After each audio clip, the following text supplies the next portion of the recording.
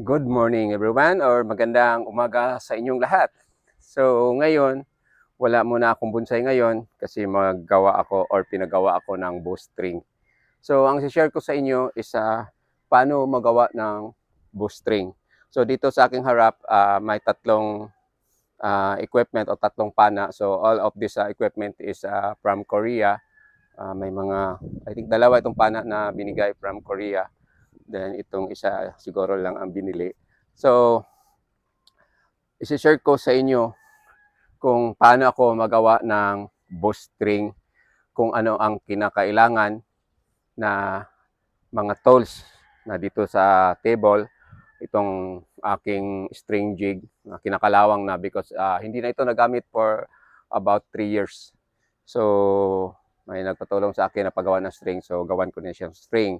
Then, tapos, isi-share ko sa inyo ang like this one here, it is all of this equipment is 66 inches intended for the height of the Filipino. So lahat na mga pana dito sa aking harap is mga babae ang may-ari nito. So walang panglalaki because mga shorter man ang Pilipina. So they are all 66 inches. So sa 66 inches ang breaching height diyan sa akin lang, no, not in the book, ay not comparing to the book kasi mas expert sila, pero of my experience na naranasan ko for long time na pag ano ko sa with the sport. So I'm using a breaching height with 8.5 to 9 inches kung it is 66 inches. So sa kanya-kanya na sa diskarte sa nagtuturo sa mga coaches kung ano ang ano nila.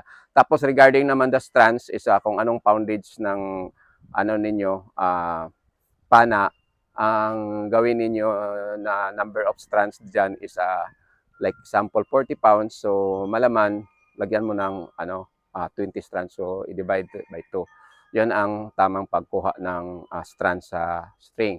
But there's a possibility kung pwede yung gawin ninyo plus and minus, depende dun sa haba ng arrows ng bata. So may adjustment tan hindi na that is only a guide yung i-divide by 2 yung pagkuha ng number of strands. Tapos pag makuha mo 'yan, maganda yung tunog talaga. Like example, normally ang draw length with this yung lumalabas yung standard na poundage sa pana is 27 inches.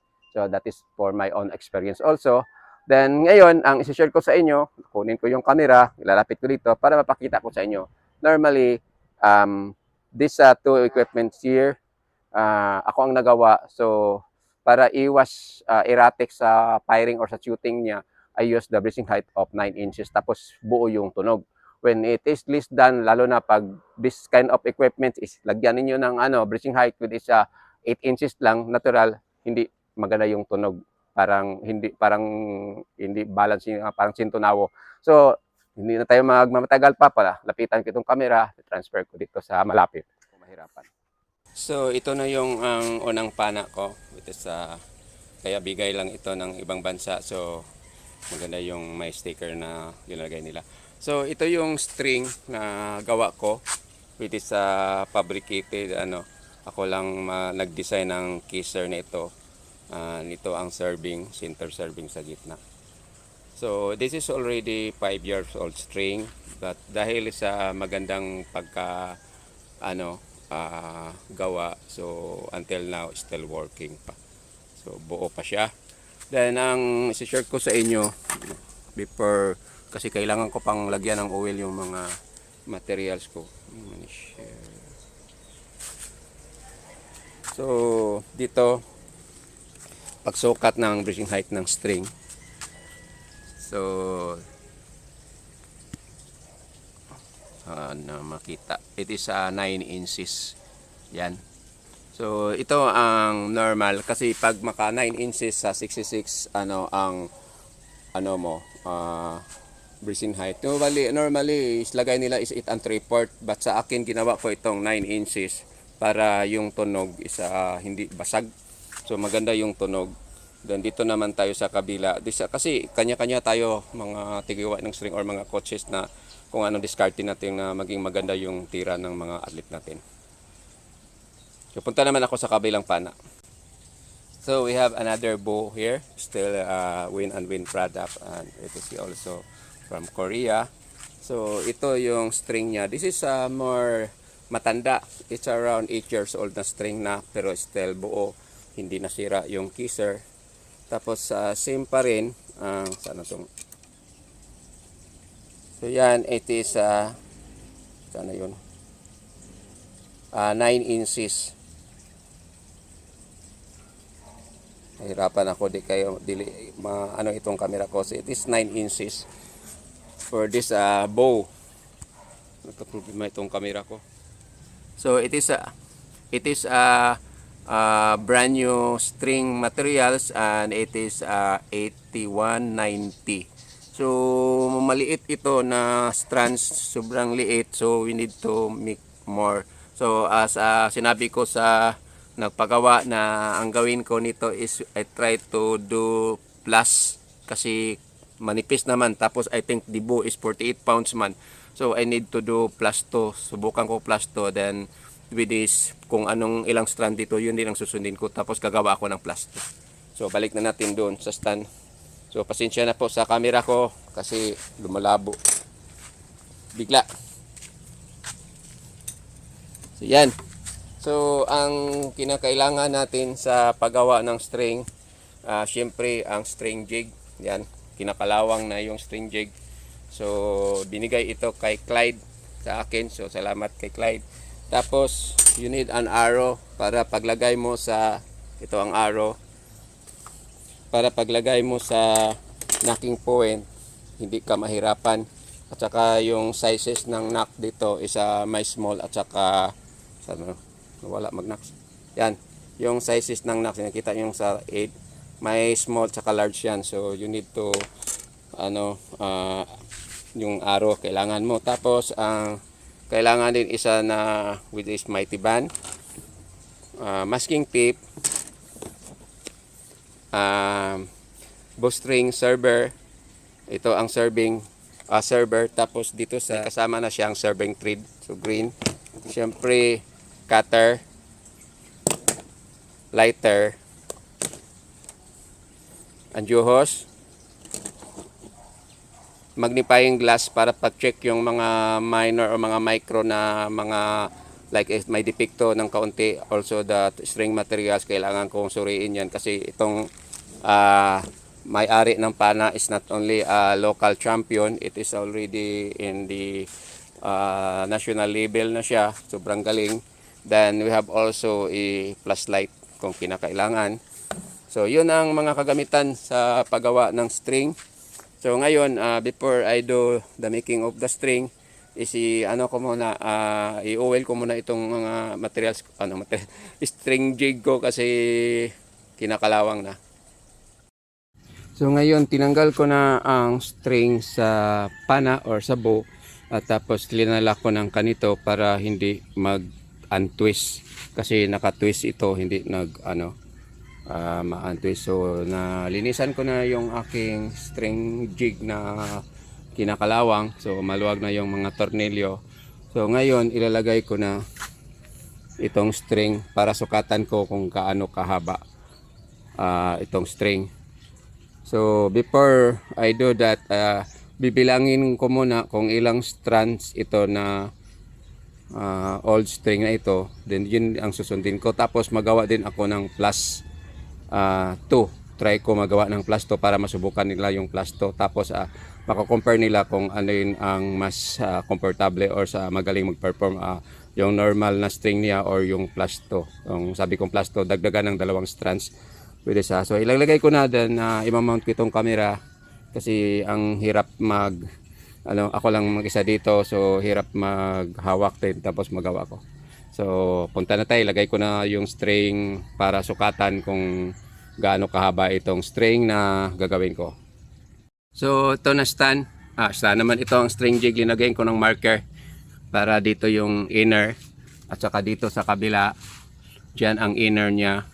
Tapos this portion here, saan yan? Yan na may mga buhok-buhok, that is the upper side. Itong wala, it is lower side. So dito lagay ko yung lower side Then dito sa kabila, itong upper side. Tapos hihilain ko dan. So may adjuster dan para makuha yung haba ng string. So lipat ko na yung camera ko dito. Hirap. Yan. Tapos iikutin ko ito hanggang mas straight yung string.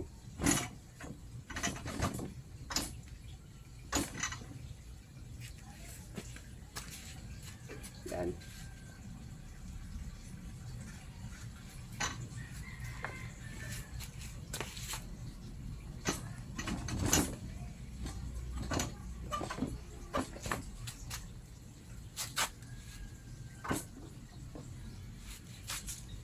So na straight na, ilalak ko na yan. So cut muna tayo kasi ilalapit ko itong camera doon. So nakuha ko na yung tamang sukat ng string. Nag-adjust ako dito ng ilang millimeters kasi itong string na ito mag-stretch pa ito. So mga kaunti lang siguro, mga ano yan, 1 millimeter. So yan na ang sukat ng kanyang string gagawin ko ngayon. So ngayon tatanggalin ko na yan, tapos ilalak na doon, tapos maglalagay na ako ng strands ng string materials. So ang nakalagay dito sa number of strands dito, yung old string niya nga kinokopyahan ko is 18 strands. So magbilang ako ng 18 strands. Tanggalin ko itong. So instead dito ko ilalak sa gitna, diri na lang because may oil, mag-slide niya na. So para sure, itali ko dito instead iipit ko lang. So itali ko dito. Anyway, marami man silang extra na ganito. So no need. So magbilang ako ng 18 strands.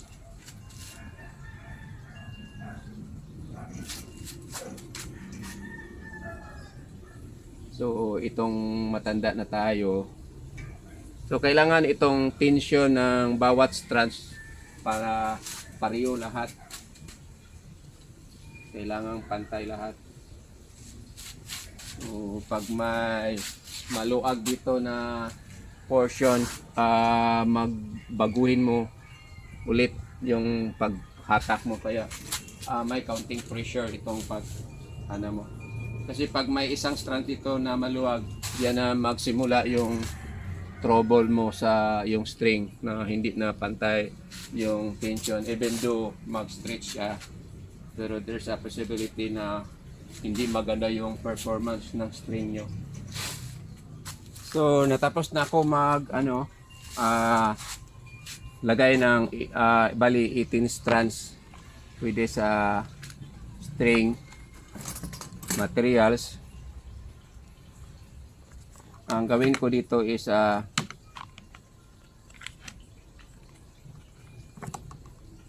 ilala ko itong sa gitna para hindi siya mag-giveaway.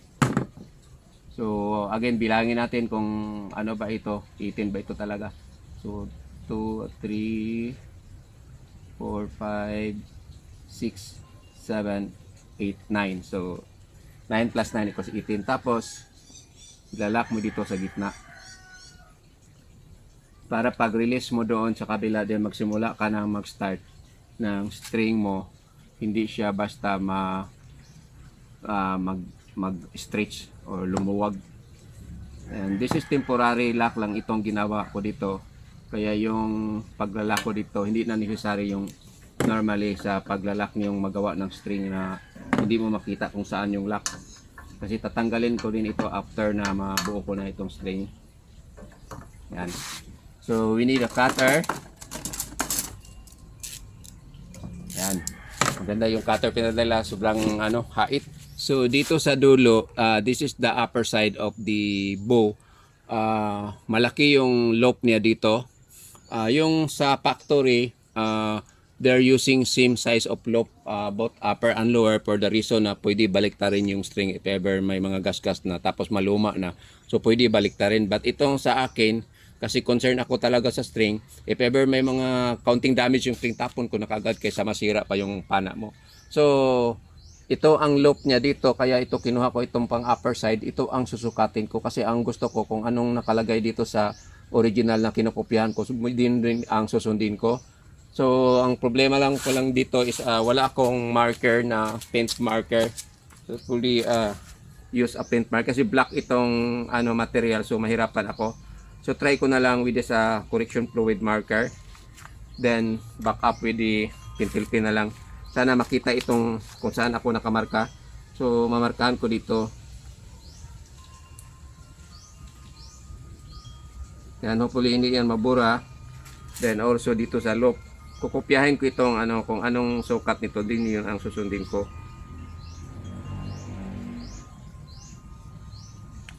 Yun ang mahirap dito.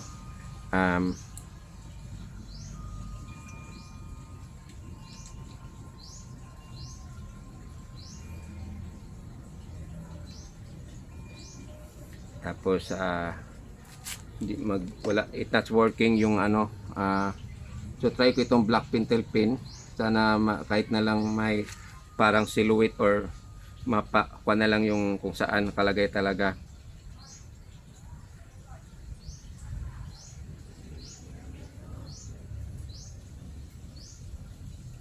And also here yung saan ako maglalak for pagkatapos ko na itong gawain.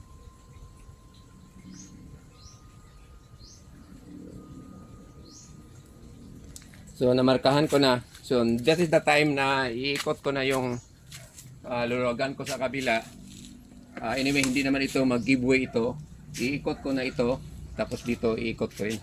So mag-start na ako mag-serving dito for the first slope.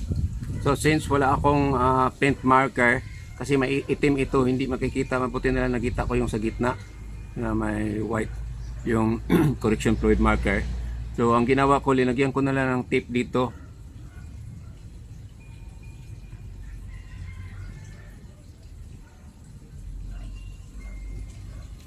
So dito ako mag-start. Then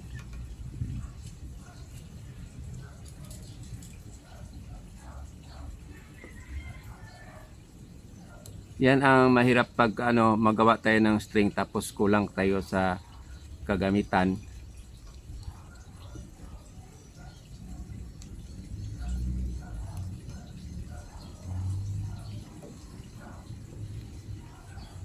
Hilain yan para sure nga mahigpit. Tapos i-adjust ko doon sa kabila para mahila ito. Tapos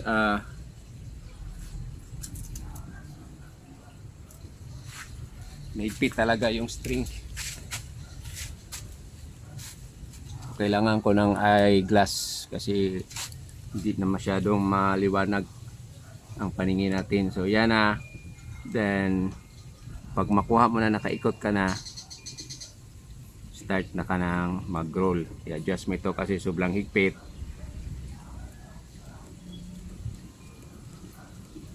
Ito na hugot.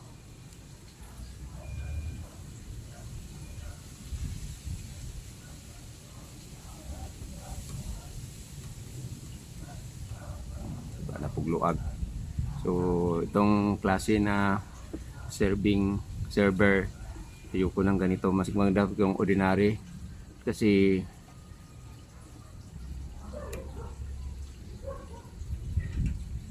minsan dumuluag, minsan sobrang higpit, hindi consistent yung niya. Yan na.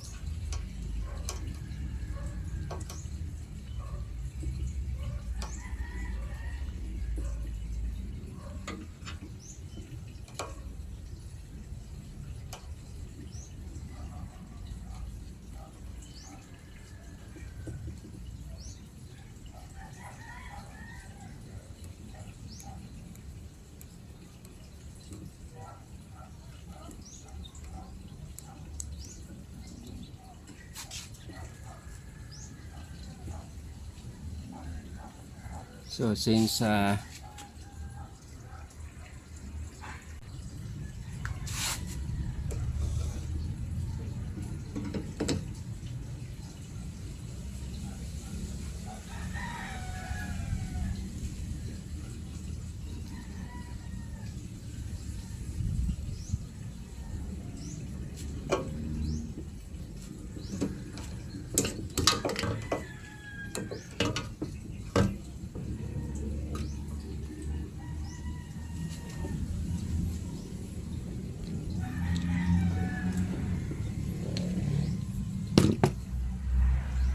so itong dito sa kabila, itong tip tanggalin ito. Yan. Then after that, luluagan ito sa kabila. Yan. Then siyempre dito luluagan din.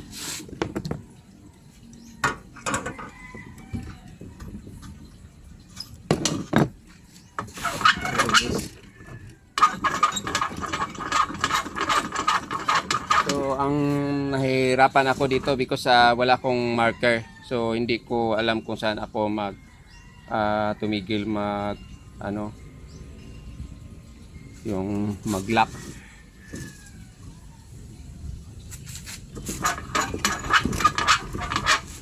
Kita pa ba sa camera?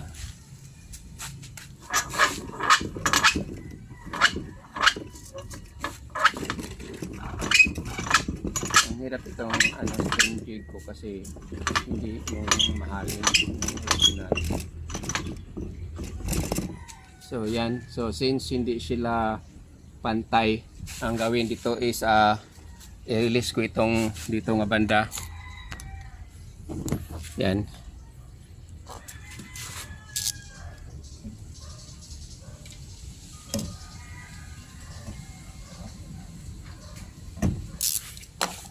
Tapos i-adjust na ito dito sa kabila. Sana yun. Yan.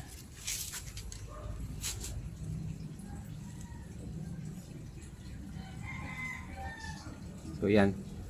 Kuha na siya. Tapos hihitan.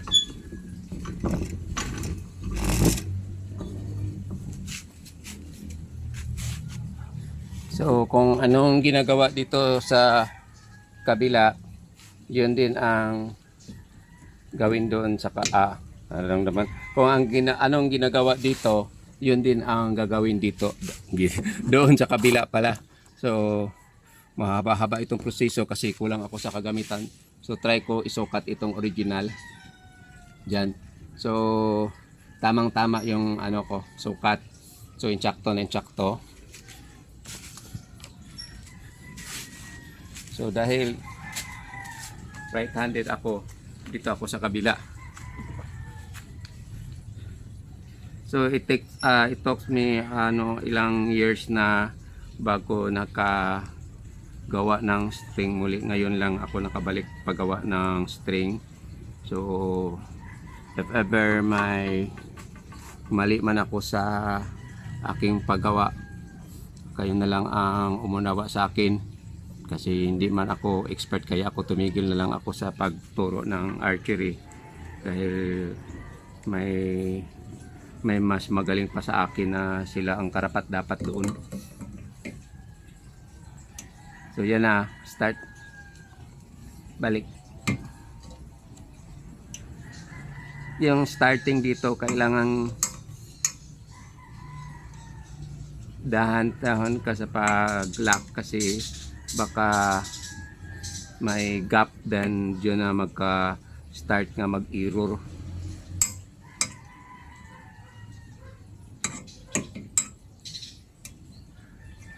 Yan. Start na tayo mag-ikot. Ipitan natin ito konti para hindi siya mag-give up talaga.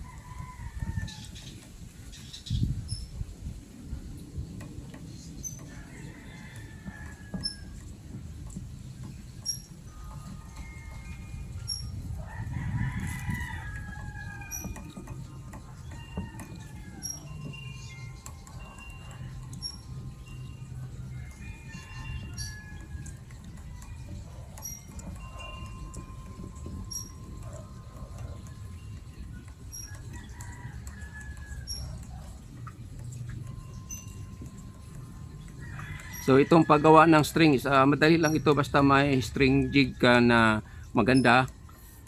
Tapos may mga marker ka. So it's very easy. Ang masakit lang ito sa kamay itong ginagawa ko kasi yung iba lalo na kag gumagawa ka ng string na medyo marami na around mga 20 pieces or 30, masakit sa kamay. Kaya nagtanong yung anak sa akin na kaya ko pa bang gumawa kasi wala namang kalyo sa aking kamay. So sabi ko try ko na lang kung pwede kasi nag-request yung natin, mga kaibigan natin sa sport. So susukatin ko ito, balik naman ako dito sa kabila. Ang haba kasi yung string jigs na binigay sa akin eh. So dito kung anong inano sila sa akin, isa yun ang susundin ko. So lumampas ako. So magbawas. Bawas tayo, bawas.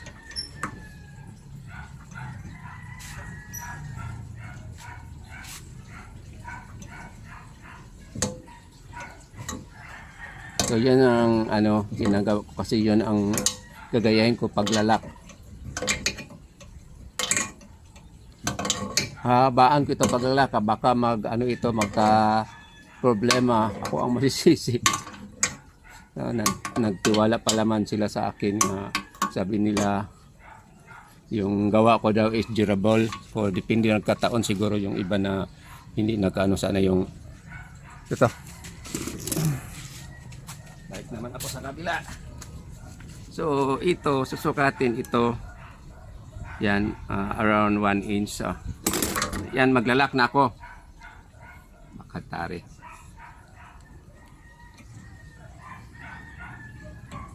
So I need to travel 1 inch para sa lock.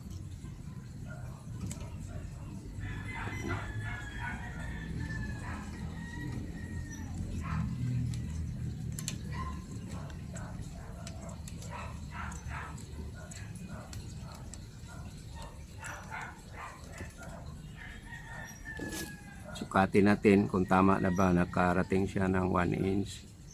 So yan, 1 inch na. So dito na balik ko sa pag-lock. Hopefully makita dyan para makita kagad niyo kung paano ako mag-lock. So yan. So ito, hindi na ito magmadalian. So dahan-dahan na ito because we are nagla-lock na tayo.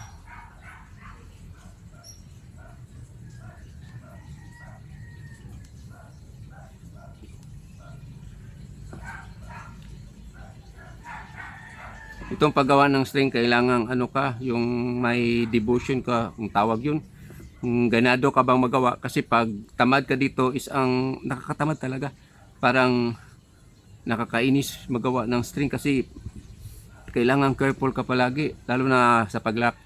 Kasi just imagine, isa-isa mo yung iikot, hindi yung katulad kanina yung nagsiserving pa ko na madali lang. Ang problema lang sa akin dito is wala akong marker. Kung may marker, sana ako makuha ko talaga yung yung susundan ko na string yung ginagaya ko. Tingnan. So kuha yung haba, yung hawakan mo dito para ihilain itong lock. So kung alam nyo mag-piecing, ganito lang. So ganyan kahigpit. Yan. Then after that is saan ba ang gagawin natin dito? Ito na lang. So ikot mo dito. Tapos yan. So hindi na yan basta yung tension na ginawa o yung pressure na in-apply ko, grabe na yun. But normally we use a nipper, hindi yung cutter kasi minsan magka-aksidente yun. So yun na ang paggawa ng string. So this is the upper side. So ito dito, ikakat ko ito pero lagyan ko ng allowance para malaman nila nga this is an upper side dito. Ganito, yun ang estilo ko. So yun ang pang upper side ko sa string. Then kung anong itsura dito, dun sa kabila same pa rin pero maiksi ng kaunti yung dito. So hindi ko lang mabidyohan i-video ko lang after matapos ko na itong buong string kasi it took already 21 minutes, so around 30 minutes itong paggawa ko. So ito na klaro. Oy. So natapos ko na yung string. Yan. Then dito sa kabila.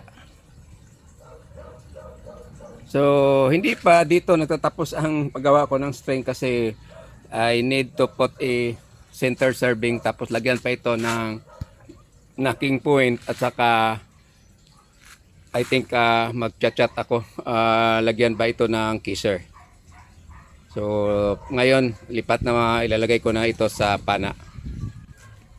So hindi lang dito nagtatapos sa paggawa ko ng string. Ang gawin ko naman ngayon is lalagyan ko pa ng serving dito sa gitna, yung center serving. So ito ang pagpipilian ko, dalawang serving tray, manipis at saka makapal. So the other one is 18 and the other one is ito mahal ni. Sana yung number. So hindi makita yung number basta manipis yung isa kasi yung nacks na gagamitin dito is we have a large. So ititesting ko ito then after ang hindi masyadong mahigpit, hindi masyadong maluwag, yun ang gagamitin ko.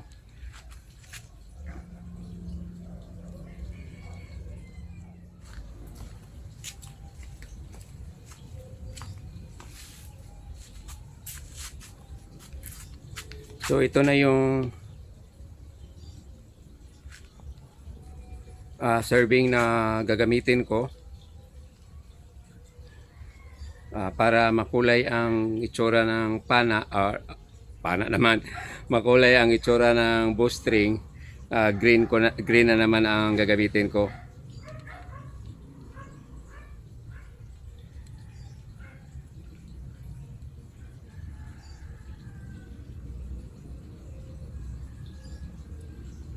So sa simula, iikot mo muna hindi mo muna gamitin itong server. Sa kamay mo na lang tapos pag mataas na ito, hilain mong pa ganyan para mahigpit dito sa bandang end sa kabila. Parang humugot. Yan. So habang nahugot na siya or nahigpit na, this is the time na you use na kung anong tension nandun sa serving. Sa server pala, serving naman. Itong tali ang serving, itong hinawakan ko, this is itong itim is a server.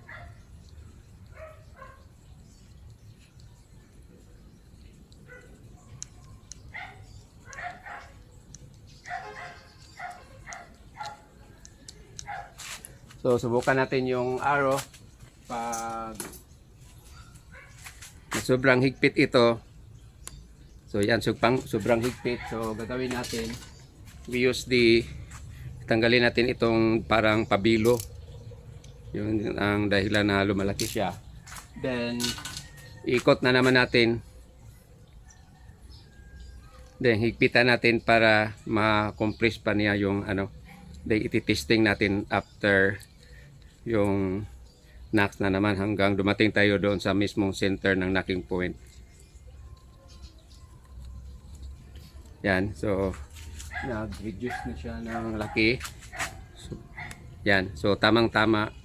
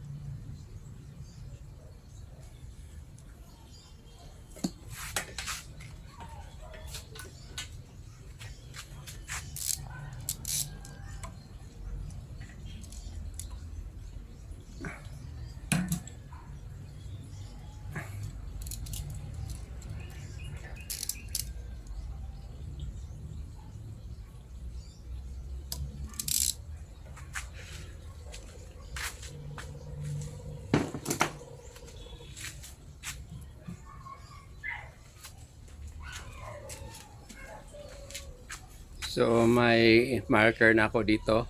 So lagay na tayo ng locking point.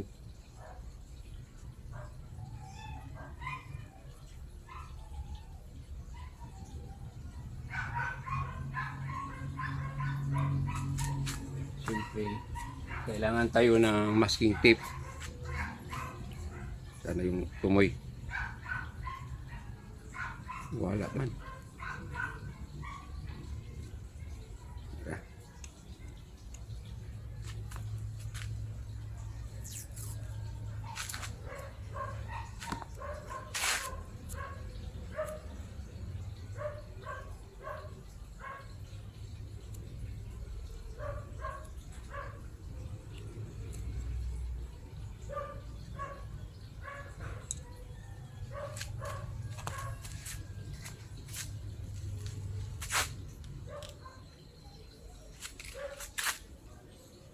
Iniba ko yung setting dito sa niya server kasi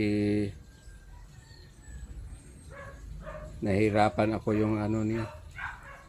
Yan.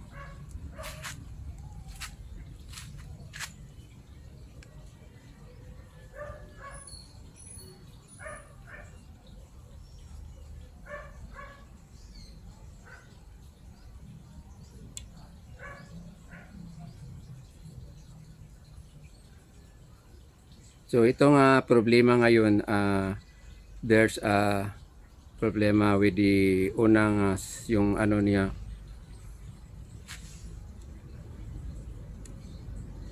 Ano to? Yan. Kasi malaki itong unang serving, then maliit itong linagay ko, dito tayo magka-problema sa group.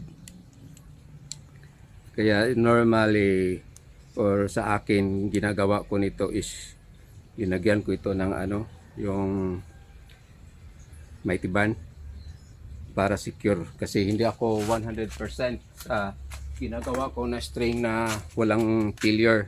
Kaya nga kung may magpagawa sa akin ng string, kailangan na ahead paggawa sila, like example gagamitin na nila 1 week before, kasi minsan may bumabalik dito na nasira yung string, na gloss yung mga yung sa paglagay ko ng ganito yung locking point.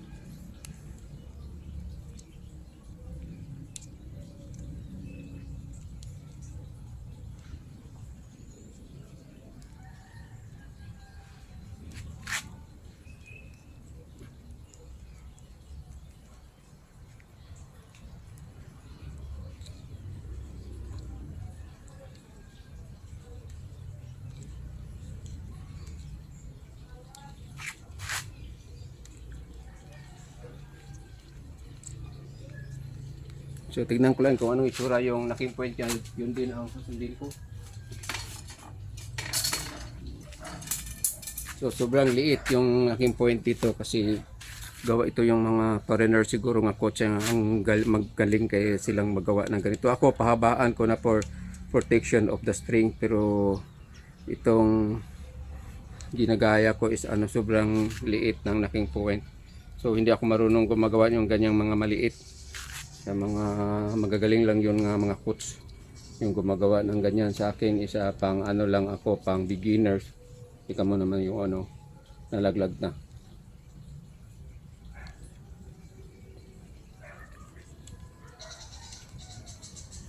Yung gawa ko na ito is pang beginners lang, so hindi ganyan kaganda.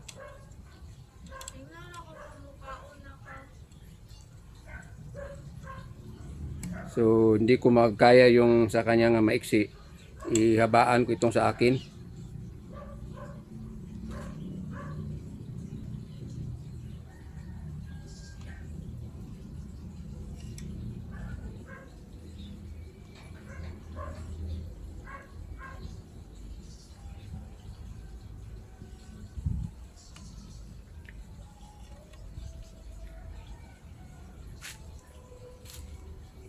So yan na, nakuha ko na, maglalak na ako.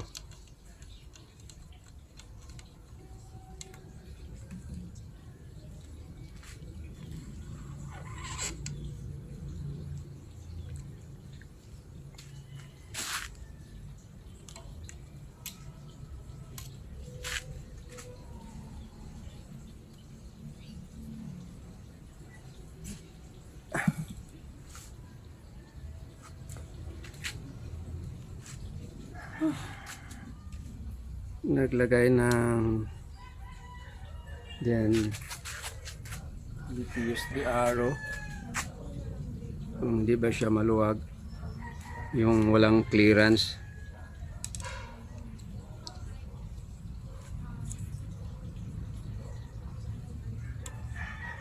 Yan.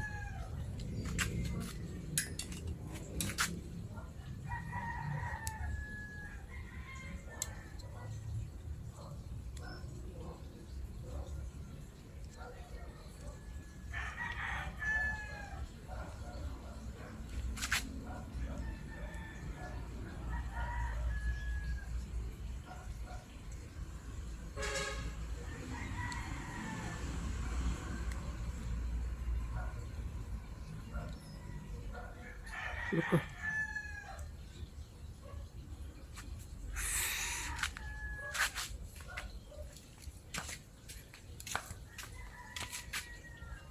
So nahirapan ako sa pag-focus. So ito na ang string na nagawa ko.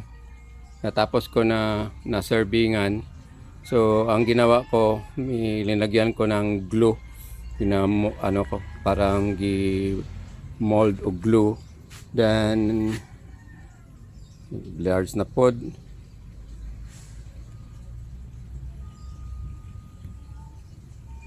Ang problema yan. So ito yung luma. Ito yung luma. So dito tayo basta na magklaro pa niya until the end of the loop. Yun ang itsura. So yun. Large na pod. So dito na yung tayo sa kabila.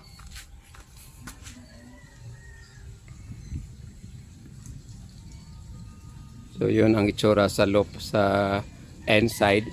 Then ito yung old string. Hinawakan ko, maluma na talaga. Marami ng gas-gas. Then ito yung loop niya. Yan. Then may ano siya, ito may kisser, kaya tanong ko lang sa natanggal yung kisser niya. So tanong ko lang sa may-ari kung lalagyan ba ito ng kisser. So maggawa pa rin ako ng string additional to this string na niya. Then hindi ko na lang video kasi ang haba yung nagawa kong video kasi nag-usob-usob ning kuan kanang kaklaruhon, hindi masyadong makita ba. So ngayon sabi yung may-ari ng equipment is palagyan ng kisser. So ito ang starting ko sa paggawa ng kisser. So ito ang una, iniipit ko papunta doon. Pagtapos bumalik ako for the lock. Then ito ang puputulin ko, this area. Ito ang lock ko na. Then ito maggawa ako ng panibagong ganito. Dito na naman ako mag-start end of this area here. Tapos itong dalawa magkatabi ito. Yan ang i-glue ko sa mighty band. Iikot ng pagganyan hanggang lumalaki. So itong paggawa ng kisser, hindi ito basta madali.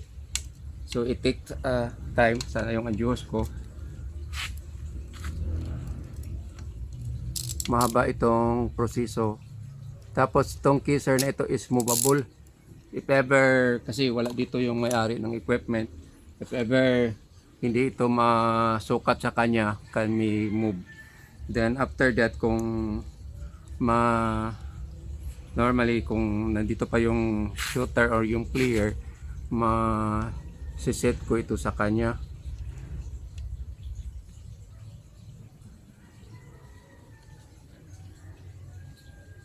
May ano itong mga sanot-sanot ng serving. Ito ang problema ng ganitong serving. Kasi ano ito, intended for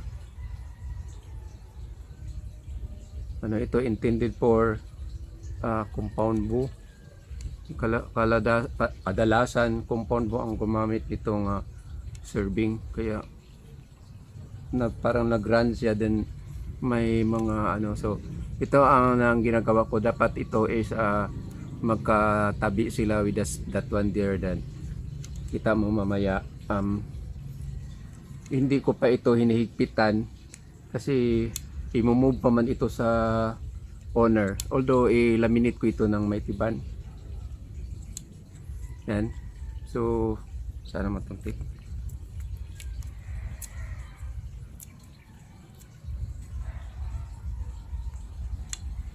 Mahaba itong proseso sa paggawa kasi maghintay pa tayo bawat ikot, maghintay pa tayo matuyo yung may tiban. That's why yung ginamit ko na may tiban, hindi ordinaryong basta may tiban na lang.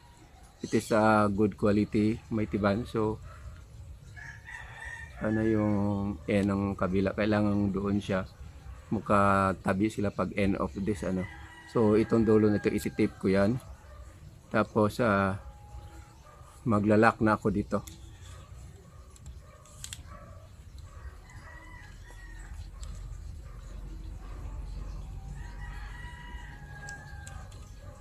So dito muna ito kasi baka mas tali.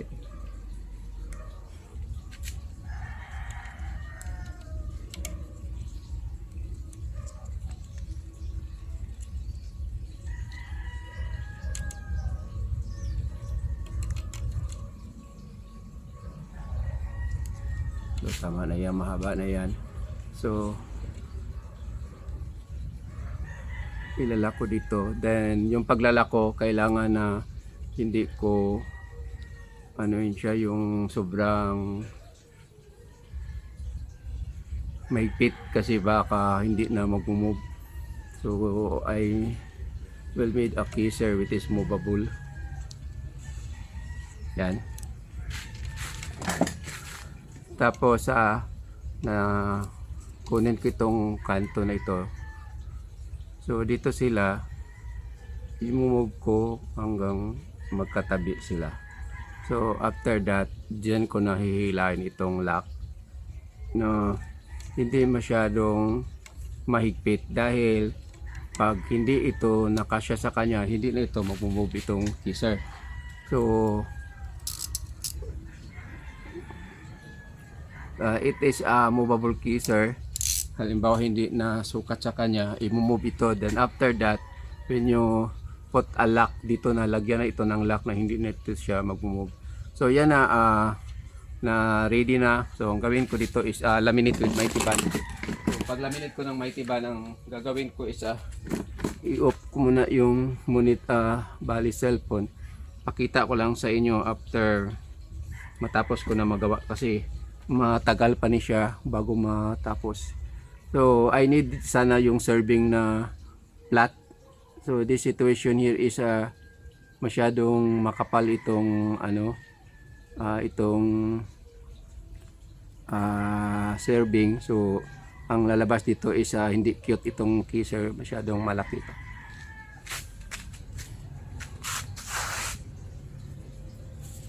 Okay. So yan, ipa-flat natin. Hintayin kong matuyo yung dinidikit ko, bali dalawang string. After dumidikit yan, iikot na yan.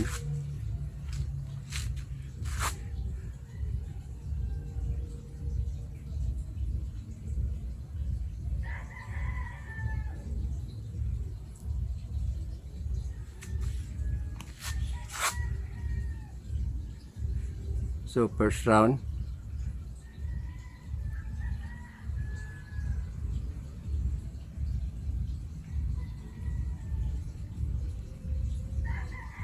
so the problem is hindi nasabi sa nagpagawa nito kung gaano ka laki ang kisser na ipagawa niya. So dito ako magka-problema after this one here. So nakita niyo niya, nag-ano na siya, na nagdako na. So cut muna tayo until matapos kasi ang tagal pa itong proseso.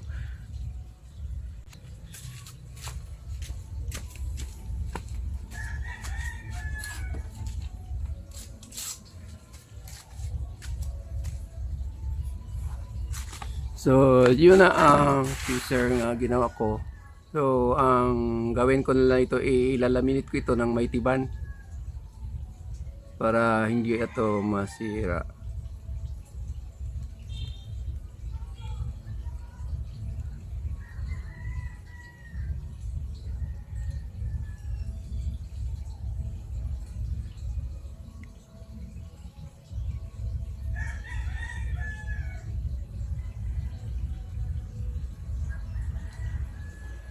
takip.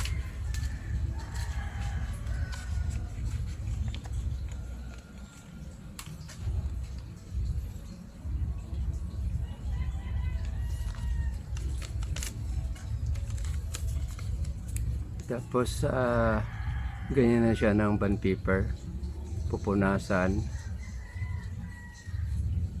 para walang tulo.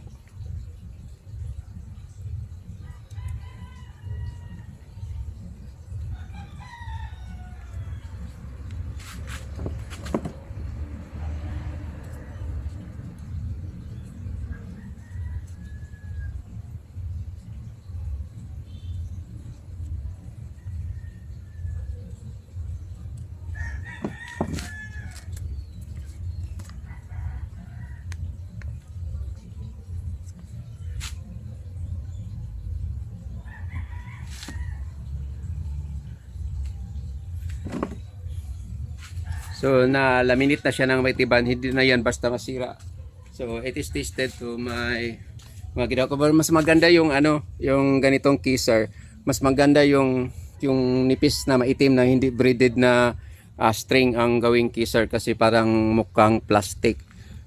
So yun na ang itsura for the kisser. Hindi ko alam kung anong gusto niyang laki ng ganyan. So this is for the kisser. Tapos sinusukat ko na with the old string. Sinusunod ko itong old string niya. Sana hindi ito tama itong original string na nakatutok sa lips niya. So yun ang yan. So tokma na tokma, makita ninyo. So insakto. So hopefully wala itong problema. So but it's already 4 o'clock in the morning. Morning naman in the afternoon di ay.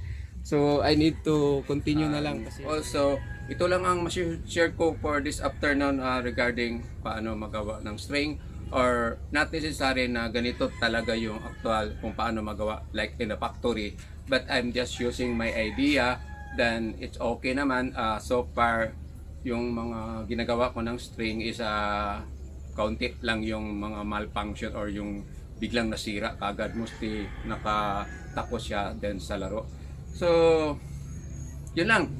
For this afternoon, it's a very long video. So this is it for how to make string for my own idea using my string jig na kinakalawang na. So again, maraming salamat sa panonood. Hopefully sa mga nag-archery or mga coaches ng archery, you get some idea.